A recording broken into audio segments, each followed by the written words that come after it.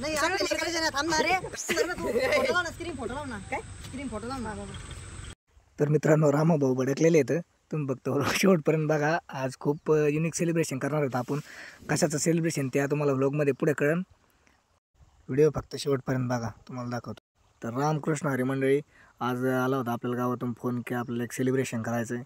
तुम्हाला सेलिब्रेशन दाखवतो. मी गावात पोहोचलो. मी निघालो दुपारी पण मला पोहोचता रात्र झाली कारण आपल्यापासून गाव 150 किलोमीटर लांब आहे. आणि इथं आलो तर मंदिरात आधी कोणीच नव्हतं.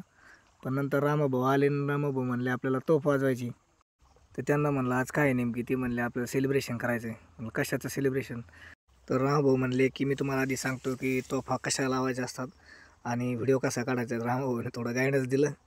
मग त्यांच्यात थोडा वाद सुरू झाला. ढाकणे म्हणले असं नाही, रामाभाऊ म्हणले अशी तोफ लावायची. ढाकणे म्हणले तुमच्या हातात एक तोफ फोडू आपण.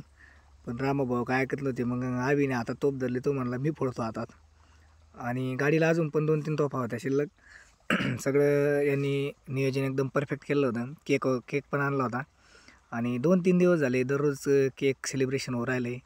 इथं सगळा नुसता केकचा माहोल आहे. कुणी पोरं म्हणले दररोज सेलिब्रेशन करत जा आम्हाला पण केक भेटल. सेलिब्रेशनला मजा येते. त्याच्यामुळे दररोज अशी तोफ लावायची नंतर ठरवली. दररोज ते म्हणले केक वगैरे मस्त नियोजन होतं. तोफा रॉकेट जरा धिंगाणा होतं. आणि मग रामाभाऊ आणि ढाकणे केक ओपन करत होते पण त्याला काय ओपनच होत नव्हता. म्हणलं ती काय बँकेची तिजोरी नाही ओपन करायला एवढं वेळ लावायला.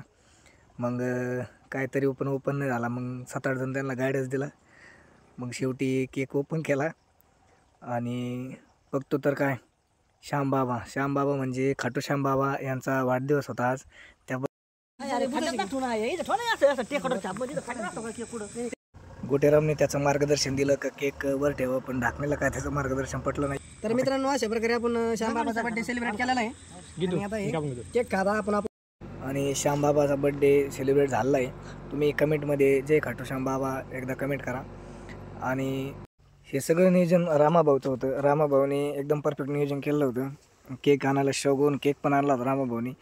आणि मग इथं थोडा फटाक्यांचा शो सुरू झाला. रामाभाऊ म्हणले आपल्याला आता सुतळाटम हातात फोडायचा. पण म्हणलं हातात फोडल्यावर हात नाही राहायचा. त्यामुळे सुतळाटम आणला, तोफा आणल्या होत्या. पण नियोजन एकदम परफेक्ट झालं आहे. तुम्ही व्लॉग शेवटपर्यंत बघितल्याबद्दल तुमचे पण धन्यवाद. आणि आम्ही नंतर इथं पाऊस चालू झाला. मग पावसामध्ये मस्त व्ह्यू आला मंदिराचा.